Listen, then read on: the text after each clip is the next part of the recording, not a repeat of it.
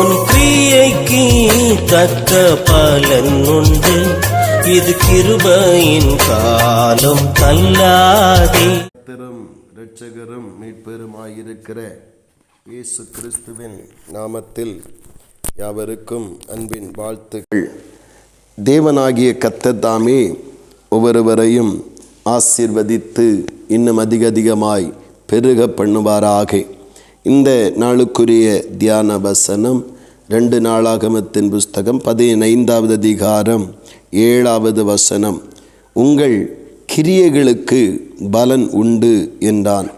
இந்த வார்த்தை ஆசா அரசாட்சி செய்த நாட்களிலே ஓதேதின் குமாரனாகிய அசரியாவின் மேல் தேவனுடைய ஆவியானவர் இறங்கி அக்காலத்திலே ஜனங்கள் சமாதானத்துடன் வாழ முடியாத ஒரு சூழ்நிலை காணப்பட்டு கொண்டிருந்த அந்த காலங்களிலே கர்த்தராகிய தேவனுடைய ஆவியானவர் தேவ ஜனங்களை பலப்படுத்த, தெரிந்து கொள்ளப்பட்டவர்களை திடப்படுத்த தேவன் தம்முடைய தீர்க்கதரிசியை அனுப்பி திடப்படுத்துவதை நாம் காண முடிகிறது.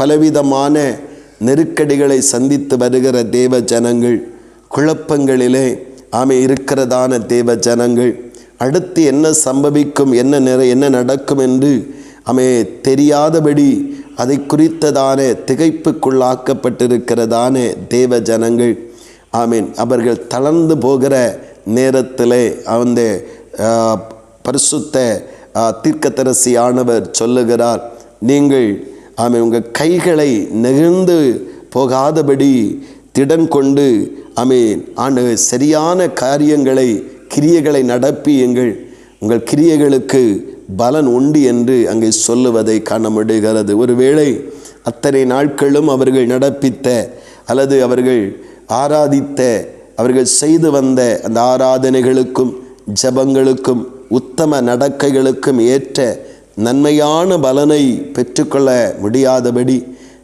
தவிப்புக்குள்ளாக்கப்பட்டிருக்கிற அந்த ஜனத்தை திடப்படுத்துவதற்காக தேவன் இந்த வார்த்தையை சொல்லுவதை காண முடிகிறது.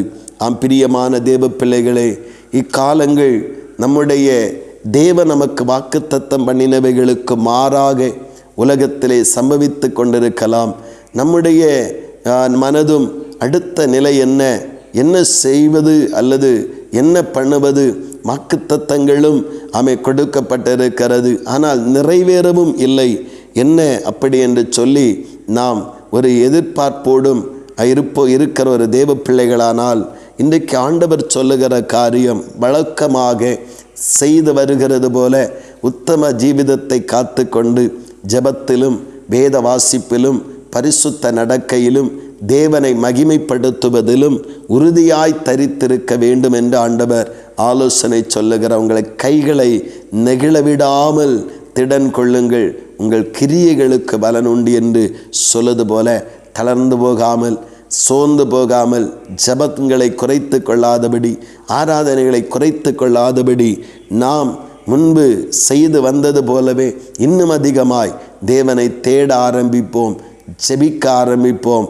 நாம் செய்கிற கிரியைகளுக்கு ஏற்ற பலனை வாக்குத்தத்தத்தின் நிறைவேறுதலாக தேவனாய் கர்த்தர் வெளிப்பட பண்ணுகிற காலமாகவும் இருக்கிறது.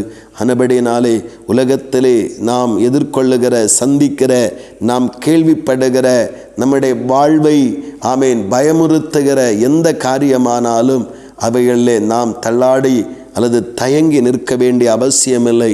காரணம், கர்த்தருடைய வார்த்தை சொல்லுகிறபடி தொடர்ந்து நம்முடைய ஆவிக்குரிய கடமைகளை நிறைவேற்றுவோம், உத்தமத்தை காத்து கொண்டு உறுதியாயிருப்போம்.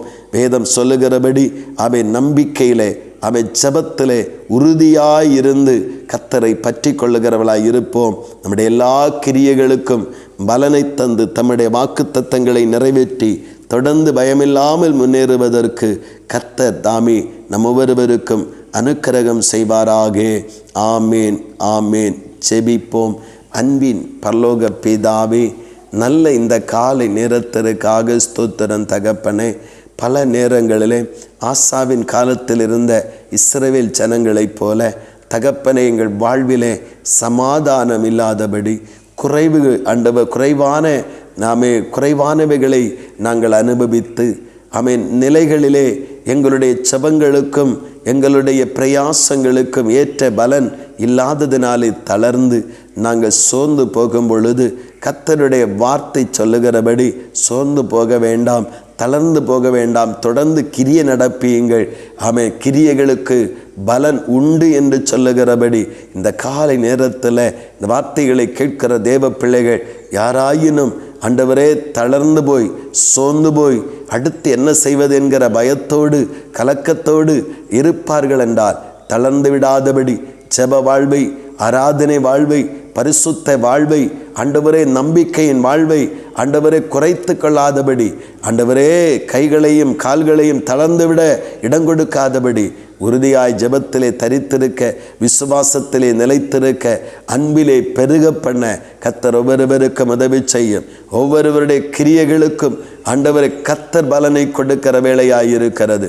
பிரத்யட்சமாக உலகம் பார்க்க, மனிதர்கள் பார்க்க, சத்துருக்கள் பார்க்க, எதிர்க்கிறவர்கள் பார்க்க கர்த்தர் மகிமையாய் பலன் கொடுக்க போகிறீர். அதற்காக ஸ்தோத்திரம். அந்த பலனை பெற்றுக்கொள்ள நாங்கள் திடனற்று போகாதபடி தைரியமாய் திடமாய் கர்த்தருக்குள் நிற்க எங்களுக்கு உதவி செய்யும். அப்படி நீங்கள் செய்கிறபடியாய் ஸ்தோத்திரம், நடத்துகிறபடியாய் ஸ்தோத்திரம்.